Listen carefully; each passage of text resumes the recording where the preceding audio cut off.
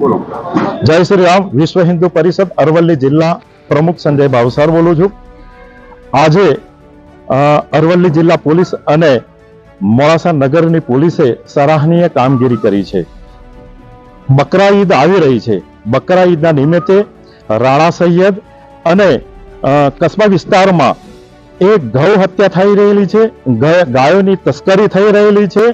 તો હું સરકારશ્રીને અને પોલીસ ડિપાર્ટમેન્ટને હું નમ્ર વિનંતી કરું છું કે જ્યારે પણ તહેવારો મુસ્લિમ સમાજના જ્યારે પણ તહેવારો આવે છે, બકરા ઈદ આવે તો ગાયોની તસ્કરી કરવી, ગૌ હત્યા કરવી અને આ બધું કરો છો તો પોલીસ ડિપાર્ટમેન્ટને હું કહેવા માંગુ છું આ કાયમી મોડાસા નગરમાં શાંતિ થાય અને આ જે ગૌ માંસ જે ગાયોની કતલ થાય છે અને જે મોડાસાથી ગોધરાથી મળીને બધી જગ્યાએ ગૌ માંસ સપ્લાય થાય છે એ સપ્લાય ના થાય। અહીં આગળ ગેરકાયદેસર કતલખાના ચાલી રહેલા છે।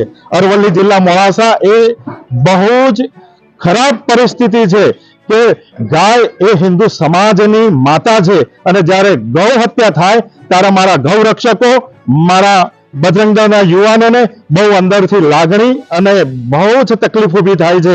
તો પોલીસ ડિપાર્ટમેન્ટને અમે કહીએ છીએ કે આવનાર દિવસોમાં અમારે કાયદો હાથ ઉપર ના લેવો પડે એવી અમે નમ્ર વિનંતી કરીએ છીએ કે તમે કરો કામ બરોબર છે, અમારે કાયદો લેવાની જરૂર નથી, પણ આપ જો નહીં કરો તો અમારા વિશ્વ હિન્દુ પરિષદ, બજરંગ દળના કાર્યકર્તાઓ અને ગૌ રક્ષકના કાર્યકર્તાઓ એ કાયદો હાથ ઉપર લેશે।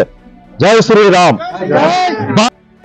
મારું નામ સચિનસિંહ પુવાર, ક્ષત્રિય કરણી સેનામાં ઉત્તર ગુજરાત મહામંત્રી તરીકે ફરજ બજાવું છું।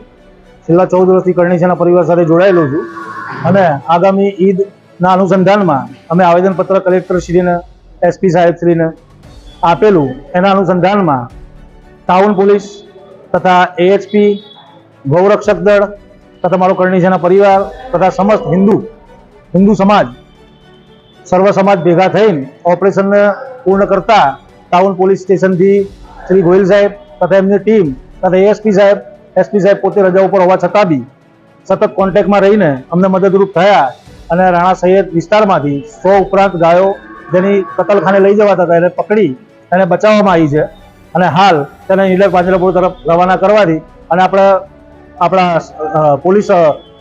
પોલીસ સ્ટાફનો તથા એસપી સાહેબનો, એએસપી સાહેબનો, નગરપાલિકા સ્ટાફનો અને સર્વ હિન્દુ સમાજના સર્વ હિન્દુ સંગઠનનો આપણો દિલથી આભાર માનીએ છીએ।